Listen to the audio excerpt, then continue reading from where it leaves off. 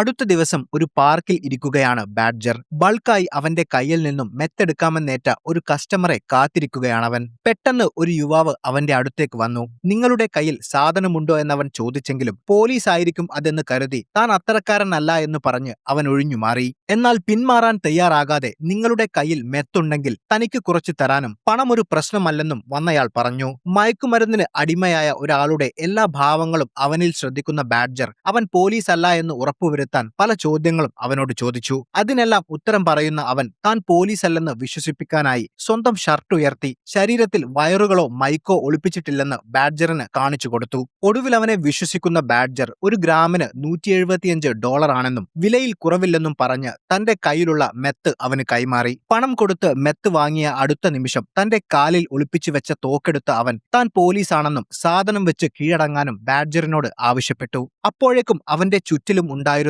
Police വണ്ടികൾ അവിടെ ഇരച്ചെത്തി. കീഴടങ്ങുകയല്ലാതെ ബാഡ്ജറിന് വേറെ വഴിയുണ്ടായിരുന്നില്ല. അതേസമയം വാൾട്ടിന്റെ വീട്ടിൽ സ്കൈലർ ജോലിക്ക് പോകാൻ ഒരുങ്ങുകയാണ്. എന്നാൽ അന്ന് ശനിയാഴ്ച ആയതിനാൽ ജോലിക്ക് പോകേണ്ട ആവശ്യമുണ്ടോ എന്ന് വാൾട്ട് അവളോട് ചോദിച്ചു. എന്നാൽ സാമ്പത്തിക വർഷത്തിന്റെ അവസാനമായത് കാരണം ജോലികൾ കൂടുതലാണെന്നും മകൻ എഴുന്നേൽക്കുമ്പോൾ മടി കാണിക്കാതെ അവന്റെ കാര്യങ്ങളെല്ലാം ചെയ്തു തീർക്കാൻ അവനോട് പറയണമെന്നും പറഞ്ഞ ശേഷം അവൾ ഓഫീസിലേക്ക് പോയി. പതിവിലും നന്നായി ഒരുങ്ങി ഓഫീസിലേക്ക് പോകുന്ന സ്കൈലറിന്റെ പെരുമാറ്റത്തിലും മറ്റും വാൾട്ടിന് ചില സംശയങ്ങൾ ഉണ്ടെങ്കിലും അവൻ അതൊന്നും അവളോട് ചോദിച്ചില്ല. സ്കൈലർ പോയ ശേഷം വീട്ടിലേക്ക് മേരിയുടെ കോൾ വന്നു. വീട്ടിൽ ചില പ്രശ്നങ്ങളുണ്ടെന്നും ഉടനെ അങ്ങോട്ട് വരണമെന്നുമായിരുന്നു അവൾ പറഞ്ഞത്. മറ്റൊന്നും ചിന്തിക്കാതെ വാൾട്ട് നേരെ അവരുടെ വീട്ടിലേക്ക് പോയി. അവിടെ എത്തിയ വാൾട്ടിനോട് മേരി കാര്യങ്ങൾ വിശദീകരിച്ചു. എൽപാസോയിൽ ജോലിക്ക് പോയ ഹാങ്ക് തലേ ദിവസം രാത്രി ഒരു മുന്നറിയിപ്പുമില്ലാതെ വീട്ടിൽ തിരിച്ചെത്തിയെന്നും അവിടെ നടന്ന ആ വലിയ പൊട്ടിത്തെറിയും കൂടെയുള്ളവരുടെ മരണവും നേരിൽ കണ്ടത് അവനെ മാനസികമായി വല്ലാതെ തളർത്തിയിട്ടുണ്ടെന്നും അവൾ പറഞ്ഞു. എന്നാൽ ഇതെല്ലാം താൻ അറിയുന്നത് ഹാങ്കിന്റെ സുഹൃത്തായ ഗോമസ് വഴിയാണെന്നും അതിനുശേഷം ഹാങ്ക് തന്നോട് സംസാരിച്ചിട്ടില്ലെന്നും റൂമിൽ കയറി കതകടച്ച് കിടപ്പാണെന്നും അവൾ പറഞ്ഞു.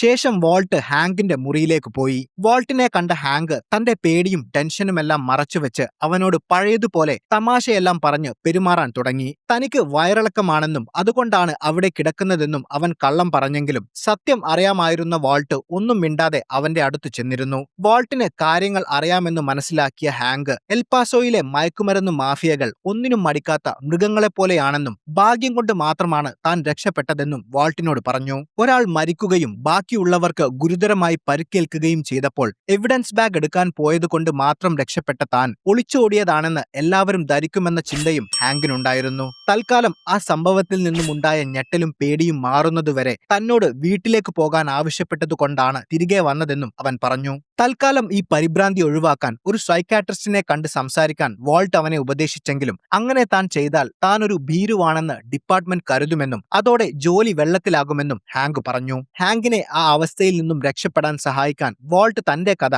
അവനോട് പറഞ്ഞു. എന്റെ ജീവിതത്തിലെ 50 വർഷങ്ങൾ, അതായത് ക്യാൻസർ വരുന്നതുവരെ സമൂഹത്തെയും കുടുംബത്തെയും എന്നുവേണ്ട എല്ലാവരെയും ഭയന്നാണ് ഞാൻ ജീവിച്ചത്. എന്നാൽ എനിക്ക് ക്യാൻസർ ആണെന്ന് തിരിച്ചറിഞ്ഞ ആ നിമിഷം മുതൽ എന്റെ ഭയമില്ലാതായി. ഞാനിപ്പോൾ നന്നായി ഉറങ്ങുന്നുണ്ട്. കാരണം മരണഭയത്തേക്കാൾ വലിയ ഭയമൊന്നുമില്ലെന്നും മരണം നേരിട്ട് കണ്ടുവന്ന നിനക്ക് ഇനിയൊന്നും ഭയക്കാനില്ലെന്നും എത്രയും പെട്ടെന്ന് ശക്തനായ ആ പഴയ ഹാങ്കായി കുറ്റവാളികളെ അടിച്ചൊതുക്കാനും വാൾട്ട് അവന് ആത്മവിശ്വാസം നൽകി. വാൾട്ടിന്റെ ഈ വാക്കുകൾ ഹാങ്കിനെ ആഴത്തിൽ സ്വാധീനിച്ചു. എല്ലാം മറന്ന് നാളെ തന്നെ ജോലിക്ക് കയറാൻ ഹാങ്ക് തീരുമാനിച്ചു.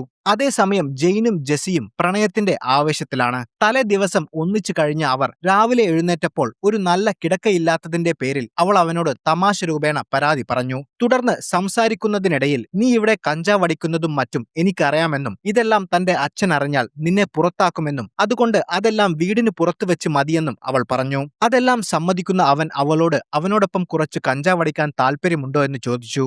അപ്പോഴാണ് അവളുടെ കഴിഞ്ഞ കാലത്തെക്കുറിച്ച് അവൾ അവനോട് പറഞ്ഞത്. മുൻപ് ഒരു ഡ്രഗ് അഡിക്റ്റ് ആയിരുന്ന അവൾ ചികിത്സകളും മറ്റും ചെയ്ത് എല്ലാം നിർത്തിയതാണെന്നും നിലവിൽ 1.5 വർഷമായി അത്തരത്തിൽ ഒന്നും ഉപയോഗിക്കാറില്ലെന്നും പറഞ്ഞു. ഇത് കേട്ട ജെസ്സി അവളോട് ക്ഷമ ചോദിച്ചു. നീ ചെയ്യുന്നത് വളരെ നല്ല കാര്യമാണെന്നും തനിക്കും എല്ലാം നിർത്തണമെന്ന ആഗ്രഹമുണ്ടെന്നും വല്ലപ്പോഴും മാത്രമാണ് ഇതെല്ലാം ഉപയോഗിക്കുന്നതെന്നും പറഞ്ഞ ജെസ്സി ഇനി മുതൽ ഈ വീടിനുള്ളിൽ വെച്ച് താൻ അങ്ങനെയൊന്നും ചെയ്യില്ലെന്ന് അവൾക്ക് ഉറപ്പുകൊടുത്തു.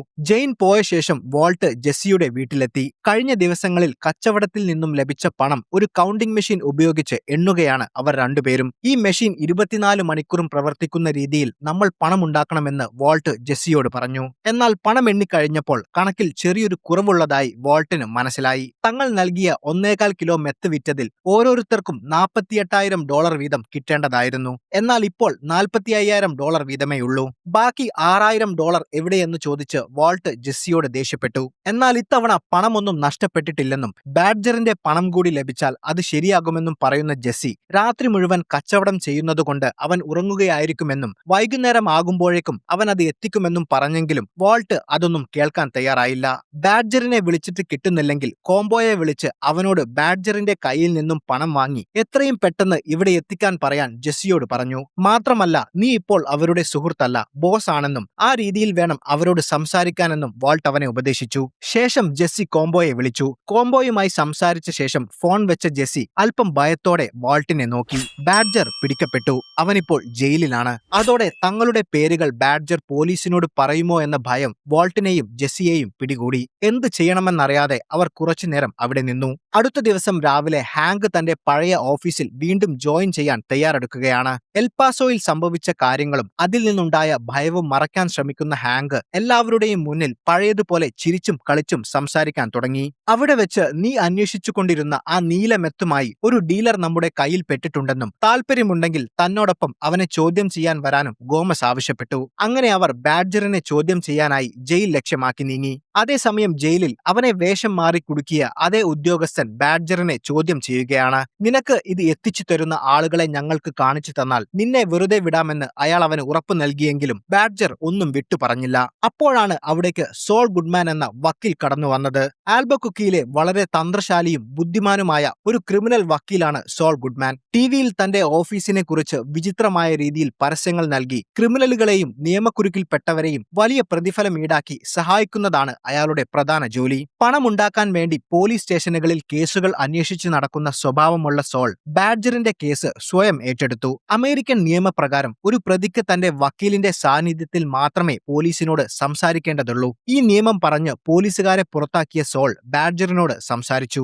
ശേഷം അവന്റെ ഫയലുകൾ പരിശോധിക്കുന്ന സോൾ $4,500 തന്റെ ഫീസെന്നും വീട്ടുകാരോടോ സുഹൃത്തുക്കളോടോ പറഞ്ഞ് ആ പണം എത്രയും പെട്ടെന്ന് നഗരത്തിലെ തന്റെ ഓഫീസിലെത്തിച്ചാൽ നിന്നെ ഞാൻ രക്ഷപ്പെടുത്താമെന്ന് അവൻ ഉറപ്പു നൽകിയ ശേഷം സോൾ പുറത്തേക്ക് പോയി. അതേസമയം ജെസ്സിയും വാൾട്ടും ബാഡ്ജറിനെ എത്രയും പെട്ടെന്ന് ജയിലിൽ നിന്നും ഇറക്കാനുള്ള പദ്ധതികൾ ആരംഭിച്ചിരുന്നു. കാരണം അവൻ പോലീസിന്റെ കയ്യിൽ ഇരിക്കുന്തോറും അവർ രണ്ടുപേരും പിടിക്കപ്പെടാനുള്ള സാധ്യതകൾ വർദ്ധിക്കുമെന്ന് അവർക്കറിയാം. ഒരു വക്കീലിനെ കണ്ടെത്തി അവനെ ഇറക്കാനുള്ള നിയമ സാധ്യതകൾ അറിയുക എന്നതായിരുന്നു അവരുടെ ആദ്യ ലക്ഷ്യം. അതിനായി തനിക്ക് ഒരു വക്കീലിനെ പരിചയമുണ്ടെന്ന് പറയുന്ന ജെസ്സി വാൾട്ടുമായി നേരെ പോയത് സോളിന്റെ ഓഫീസിലേക്ക് തന്നെ ആയിരുന്നു.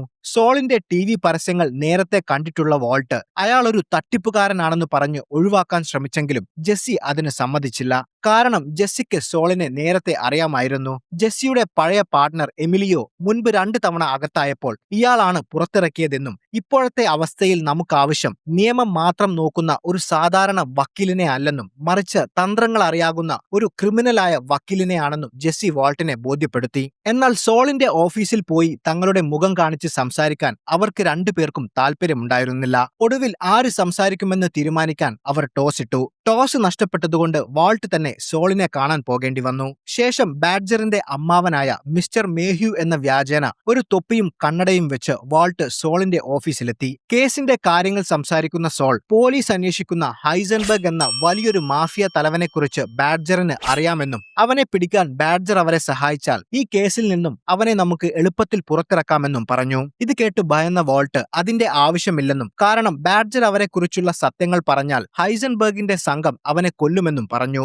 മാത്രമല്ല നഗരത്തിൽ ഈയിടെ ഒരു മാഫിയ തലവൻ ഇതുപോലെ തന്നെ എതിർത്തവനെ ATM മെഷീൻ ഉപയോഗിച്ച് കൊന്നിട്ടുണ്ടെന്നും വാൾട്ട് അയാളോട് പറഞ്ഞു. അതെല്ലാം കള്ളമാണെന്നും അയാളുടെ ഭാര്യയാണ് അയാളെ കൊന്നതെന്ന് പോലീസിനും ഞങ്ങൾക്കും അറിയാമെന്നും പറഞ്ഞ് വാൾട്ടിനെ സമാധാനിപ്പിക്കുന്ന സോൾ ബാഡ്ജറിന് രക്ഷപ്പെടാൻ ഹൈസൻബർഗിനെ കാണിച്ചു കൊടുക്കുക മാത്രമാണ് വഴിയെന്നും അല്ലെങ്കിൽ അവൻ അകത്താകുമെന്നും ഉറപ്പിച്ചു പറഞ്ഞു. ഇത് കേൾക്കുന്ന വാൾട്ട് $10,000 സോളിന് നൽകാമെന്നും അതിനു പകരമായി ബാഡ്ജർ പോലീസിനോട് ഹൈസൻബർഗ് ഹൈസൻബർഗിനെ കുറിച്ച് എന്തെങ്കിലും പറയുന്നത് തടയാനും വേറെ എന്തെങ്കിലും നിയമവശങ്ങൾ ഉപയോഗിച്ച് അവനെ പുറത്തിറക്കാൻ സഹായിക്കാനും ആവശ്യപ്പെട്ടു. എന്നാൽ പരിചയമില്ലാത്ത ഒരാളിൽ നിന്നും താൻ കൈക്കൂലി വാങ്ങില്ലെന്നും ഒരു വക്കീൽ എന്ന നിലയിൽ തനിക്കിത് സ്വീകരിക്കാൻ കഴിയില്ലെന്നും പറയുന്ന സോൾ വാൾട്ടിനെ അവിടെ നിന്നും ഇറക്കിവിട്ടു. തിരികെ കാറിലെത്തിയ വാൾട്ട് അവൻ കൈക്കൂലി വാങ്ങാൻ തയ്യാറല്ലെന്നും ഇങ്ങനെ പോയാൽ നമ്മൾ രണ്ടുപേരും അകത്താകുമെന്നും പറഞ്ഞു. പക്ഷേ വാൾട്ടിന്റെ മനസ്സിൽ ഒരു പ്ലാൻ ഉണ്ടായിരുന്നു. അന്ന് രാത്രി ജോലി കഴിഞ്ഞ് വീട്ടിലേക്ക് പോകാനിറങ്ങിയ സോളിനെ വാൾട്ടും ജെസ്സിയും ചേർന്ന് കിഡ്നാപ്പ് ചെയ്തു. അവർ നേരെ പോയത് ആളൊഴിഞ്ഞ ഒരു മരുഭൂമിയിലേക്കായിരുന്നു. അവിടെ അവർ കുഴിച്ച ഒരു കുഴിയുടെ അടുത്ത് സോളിനെ നിർത്തിയ ശേഷം അവന്റെ കണ്ണിലെ കെട്ടഴിച്ചു. കുഴി കണ്ട സോളിന് അവർ തന്നെ കൊല്ലാൻ കൊണ്ടുവന്നതാണെന്ന് മനസ്സിലായി. എന്നാൽ ഒരുപാട് ശത്രുക്കൾ ഉള്ളതിനാൽ ആരാണ് ഇതിന് പിന്നിലെന്ന് അയാൾക്ക് മനസ്സിലായില്ല. മുഖംമൂടി ധരിച്ച് തനിക്ക് നേരെ തോക്ക് ചൂണ്ടി നിൽക്കുന്ന ജെസ്സിയെയും വാൾട്ടിനെയും കണ്ടു ഭയന്ന സോൾ തന്നെ വെറുതെ വിടാനും പകരമായി എന്തു വേണമെങ്കിലും തരാമെന്നും അപേക്ഷിച്ചു. അവന്റെ വാക്കുകൾ അവഗണിക്കുന്ന വാൾട്ട് കാര്യത്തിലേക്ക് കടന്നു. ഇന്ന് ഉച്ചയ്ക്ക് ഞങ്ങളുടെ ഒരു കൂട്ടുകാരൻ നിനക്ക് $10,000 വാഗ്ദാനം ചെയ്തിരുന്നു. നീ അത് വാങ്ങാതെ അയാളെ ഇറക്കിവിട്ടു. നിങ്ങൾ ബാഡ്ജറിന്റെ അമ്മാവന്റെ ആളുകളാണോ എന്ന് ഇത് കേൾക്കുന്ന സോൾ ചോദിച്ചു. പരിചയമില്ലാത്തവരിൽ നിന്നും കൈക്കൂലി വാങ്ങിയതിന്റെ പേരിൽ മുൻപ് പലതവണ പണികൾ കിട്ടിയതുകൊണ്ടാണ് താൻ അങ്ങനെ പറഞ്ഞതെന്ന് പറയുന്ന സോൾ ഇപ്പോൾ നിങ്ങളുടെ പണം വാങ്ങാൻ ഞാൻ തയ്യാറാണെന്നും അവനെ നമുക്ക് എങ്ങനെയെങ്കിലും രക്ഷിക്കാമെന്നും പറഞ്ഞു. എന്നാൽ ജെസ്സിയും വാൾട്ടും ചില നിബന്ധനകൾ മുന്നോട്ട് വെച്ചു. ബാഡ്ജറിന് ഏറ്റവും മികച്ച നിയമസഹായം ലഭിക്കണം. എന്നാൽ ഡ്രഗ് എൻഫോഴ്സ്മെന്റുമായി യാതൊരു ഡീലിനും പോകാൻ പാടില്ല. ബാഡ്ജർ ആരെക്കുറിച്ചും യാതൊന്നും വെളിപ്പെടുത്താൻ പാടില്ല. അവൻ അങ്ങനെ ചെയ്താൽ ആദ്യം മരിക്കുന്നത് നീയായിരിക്കും. അങ്ങനെയെങ്കിൽ ഈ കേസ് എളുപ്പമില്ലാതാകാൻ നിങ്ങൾ ബാഡ്ജറിനെ കൊല്ലുന്നതാണ് നല്ലതെന്നായിരുന്നു സോളിന്റെ മറുപടി. അത് നടക്കില്ലെന്ന് വാൾട്ട് തീർത്തു പറഞ്ഞു. പെട്ടെന്ന് വാൾട്ടിന് ശക്തമായ ചുമ അനുഭവപ്പെട്ടു. നേരത്തെ തന്റെ ഓഫീസിൽ വെച്ച് അതേ രീതിയിൽ വാൾട്ട് ചുമച്ചത് സോൾ ശ്രദ്ധിച്ചിരുന്നു. നേരത്തെ തന്നെ കാണാൻ വന്ന ബാഡ്ജറിന്റെ അമ്മാവൻ മെയ്ഹ്യൂ ആണതെന്ന് മനസ്സിലാക്കുന്ന സോൾ നിങ്ങൾ ആരാണെന്ന് എനിക്ക് മനസ്സിലായെന്നും അനാവശ്യമായി ബുദ്ധിമുട്ടാതെ മുഖംമൂടി അഴിച്ച് നന്നായി ശ്വാസമെടുക്കാൻ വാൾട്ടിനോട് പറയുകയും ചെയ്തു. അതോടെ തന്റെ മുഖംമൂടി മാറ്റുന്ന വാൾട്ട് സോളുമായി ഒരു ധാരണയിലെത്താൻ തീരുമാനിച്ചു. ശേഷം അവരോട് ഓരോ $1 അഡ്വാൻസായി വാങ്ങുന്ന സോൾ ഔദ്യോഗികമായി ആ കേസ് താൻ ഏറ്റെടുത്തതായി അവരോട് പറഞ്ഞു. പക്ഷേ കേസ് സ്ട്രോങ് ആയതുകൊണ്ടും ഡ്രഗ് എൻഫോഴ്സ്മെന്റ് ഇടപെട്ട കേസ് ആയതുകൊണ്ടും ആരെങ്കിലും ജയിലിൽ പോയേ പറ്റൂ എന്ന് പറയുന്ന സോൾ അതിനുള്ള വഴി തന്റെ കയ്യിലുണ്ടെന്നും പറഞ്ഞ് അതിനായുള്ള തയ്യാറെടുപ്പുകൾ ആരംഭിച്ചു. അടുത്ത ദിവസം ഹാങ്കിന്റെ നേതൃത്വത്തിൽ ബാഡ്ജറിനെ അവർ വീണ്ടും ചോദ്യം ചെയ്തു. സോളും അവിടെ ഉണ്ടായിരുന്നു. നിനക്ക് മെത്ത് തരുന്ന ആളുകളെ കാണിച്ചു തരാതെ നിന്നെ ഞങ്ങൾ വിടില്ലെന്ന് ഹാങ്ക് ബാഡ്ജറിനോട് തീർത്തു പറഞ്ഞു. അതോടെ അയാളുടെ പേര് ഹൈസൻബർഗ് എന്നാണെന്നും 50 മേലെ പ്രായമുള്ള ഒരു വയസ്സനാണ് അയാളെന്നും ബാഡ്ജർ പറഞ്ഞു. ആ ചോദ്യം ചെയ്യലിന് ശേഷം സോൾ വാൾട്ടിനെയും ജെസ്സിയെയും കണ്ട് കേസിന്റെ കൂടുതൽ വിവരങ്ങൾ സംസാരിച്ചു. കൂടാതെ ബാഡ്ജറിനെ പുറത്തിറക്കാനുള്ള തന്റെ പുതിയ പദ്ധതിയും സോൾ അവരോട് വിവരിച്ചു. തന്റെ കയ്യിലുള്ള ഒരു ഫയലിൽ നിന്നും 1963 മുതൽ 92 വരെ ചെയ്ത കുറ്റകൃത്യങ്ങൾക്ക് തന്റെ 58 വർഷത്തെ ജീവിതത്തിൽ 44 വർഷവും അമേരിക്കയിലെ പല ജയിലുകളിലായി ജീവിച്ച ജെയിംസ് എന്നയാളെ സോൾ അവർക്ക് പരിചയപ്പെടുത്തി.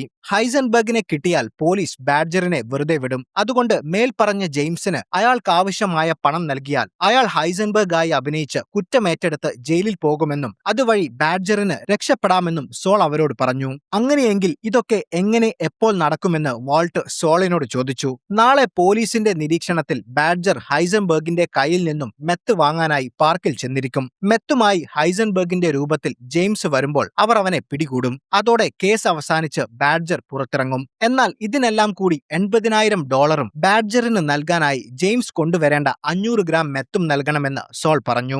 $80,000 വളരെ വലിയ തുകയാണെന്നും തുക കുറയ്ക്കാനും വാൾട്ട് ആവശ്യപ്പെട്ടപ്പോൾ സോൾ ആ പണത്തിന്റെ കണക്കുകൾ കൃത്യമായി വിശദീകരിച്ചു. 8 വർഷം തടവ് ശിക്ഷ ലഭിക്കാൻ പോകുന്ന ജെയിംസിന് $30,000 ആണ് അവന്റെ കൂലി. ബാക്കി $50,000 അവനെ ഏർപ്പാടാക്കിയതിനും നിങ്ങളുടെ രഹസ്യങ്ങൾ സൂക്ഷിക്കുന്നതിനും പിന്നെ വക്കീൽ ഫീസുമായി താൻ ഈടാക്കുന്നതാണെന്ന് സോൾ പറഞ്ഞു. $50,000 നീ എടുക്കുന്നത് പകൽ കൊള്ളയാണെന്ന് പറഞ്ഞ് ജെസ്സിയും വാൾട്ടും തർക്കിച്ചപ്പോൾ അങ്ങനെയെങ്കിൽ ബാഡ്ജർ അകത്ത് തന്നെ കിടക്കട്ടെ എന്നായിരുന്നു സോളിന്റെ മറുപടി. അതോടെ വേറെ വഴിയില്ലാതെ അവർ ആ പണം സോളിന് നൽകി. അടുത്ത ദിവസം ഹാങ്കിന്റെ നേതൃത്വത്തിൽ ഒരു സംഘം പോലീസുകാർ പാർക്കിന്റെ ഒരു വശത്ത് തമ്പടിച്ചു. തെളിവിനായി എല്ലാം അവർ റെക്കോർഡ് ചെയ്യുന്നുണ്ടായിരുന്നു. ഹൈസൻബർഗ് എന്ന നഗരത്തിലെ നിഗൂഢനായ മയക്കുമരുന്ന് രാജാവിനെ താൻ പിടിക്കാൻ പോവുകയാണെന്ന സന്തോഷം ഹാങ്കിന്റെ മുഖത്തുണ്ടായിരുന്നു. അതേസമയം പാർക്കിൽ നടക്കുന്ന ആ നാടകം കാണാനെത്തിയ വാൾട്ടും ജെസ്സിയും ഹാങ്കും സംഘവും കാണാത്ത രീതിയിൽ പാർക്കിന്റെ മറ്റൊരു വശത്ത് ഒളിച്ചിരുന്ന് എല്ലാം വീക്ഷിക്കാൻ തുടങ്ങി. ഹാങ്കിന്റെ നിർദ്ദേശപ്രകാരം ബാഡ്ജർ പാർക്കിലെ ഒരു ബെഞ്ചിൽ വന്നിരുന്നു.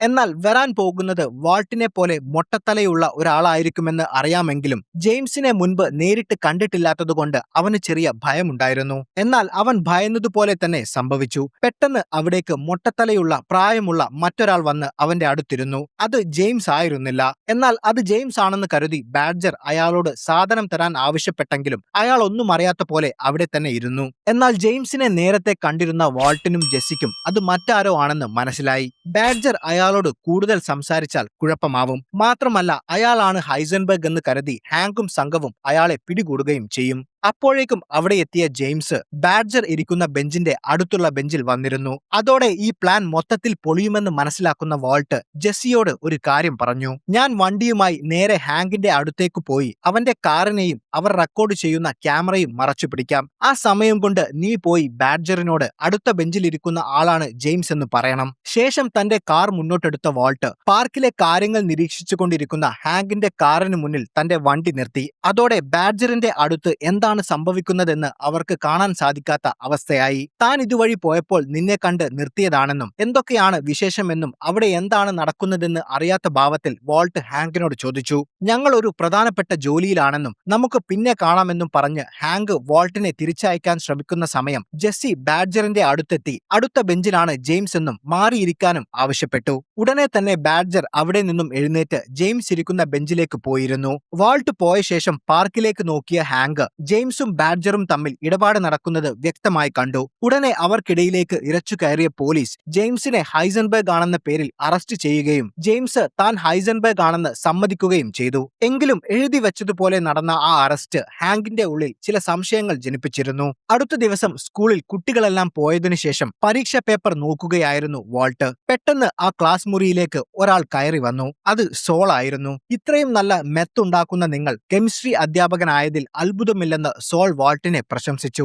തന്റെ യഥാർത്ഥ പേരും ജോലിയുമെല്ലാം നീ എങ്ങനെ കണ്ടുപിടിച്ചുവെന്ന് അല്പം ഭയത്തോടെ വാൾട്ട് അവനോട് ചോദിച്ചു. ഒരു ക്രിമിനൽ വക്കീലായ എനിക്ക് ഇതൊക്കെ നിസ്സാരമാണെന്ന് പറഞ്ഞ് വാൾട്ടിന്റെ ചോദ്യത്തെ സോൾ നേരിട്ടു. അങ്ങനെയെങ്കിൽ നീ എന്നെ കൂടുതൽ പണത്തിനായി ബ്ലാക്ക്മെയിൽ ചെയ്യാനാണോ വന്നതെന്ന് വാൾട്ട് ചോദിച്ചു. എന്നാൽ തികച്ചും ഒരു പ്രൊഫഷണൽ അഡ്വക്കേറ്റ് ആയാണ് സോൾ അതിന് മറുപടി നൽകിയത്. ഞാൻ നിങ്ങളുടെ വക്കീലാണ്. അതുകൊണ്ട് നിങ്ങൾ എന്നോട് പറയുന്ന കാര്യങ്ങളെല്ലാം പൂർണ്ണമായും രഹസ്യമായിരിക്കും. നഗരത്തിലെ ഏറ്റവും മികച്ച മെത്ത് വിൽക്കുന്ന നിങ്ങൾക്ക് ബാഡ്ജറിന്റെ അറസ്റ്റ് ആദ്യത്തെ സംഭവമാണ്. എന്നാൽ ആ ബിസിനസ് വളരും തോറും അത്തരം കേസുകൾ കൂടി വരും. അപ്പോൾ നിങ്ങൾക്ക് വീണ്ടും എന്നെ ആവശ്യമായി വരും. മാത്രമല്ല ഈ ബിസിനസ് വഴി നിങ്ങൾ ഉണ്ടാക്കുന്ന പണം കള്ളപ്പണമാണ്. കള്ളപ്പണം വെളുപ്പിക്കുന്ന പരിപാടിയും എനിക്കുണ്ട്. അതുകൊണ്ട് ഇനി അങ്ങോട്ട് എല്ലാ നിയമസഹായങ്ങളും നിങ്ങൾക്ക് നൽകിക്കൊണ്ട് നിങ്ങളുടെ അഡ്വക്കേറ്റായി താനും കൂടെ ഉണ്ടാകും. താൻ മുന്നോട്ട് വെച്ച ഈ പദ്ധതിയിൽ താല്പര്യമുണ്ടെങ്കിൽ തന്നെ വിളിക്കണമെന്ന് പറഞ്ഞ് സോൾ അവിടെ നിന്നും പോയി.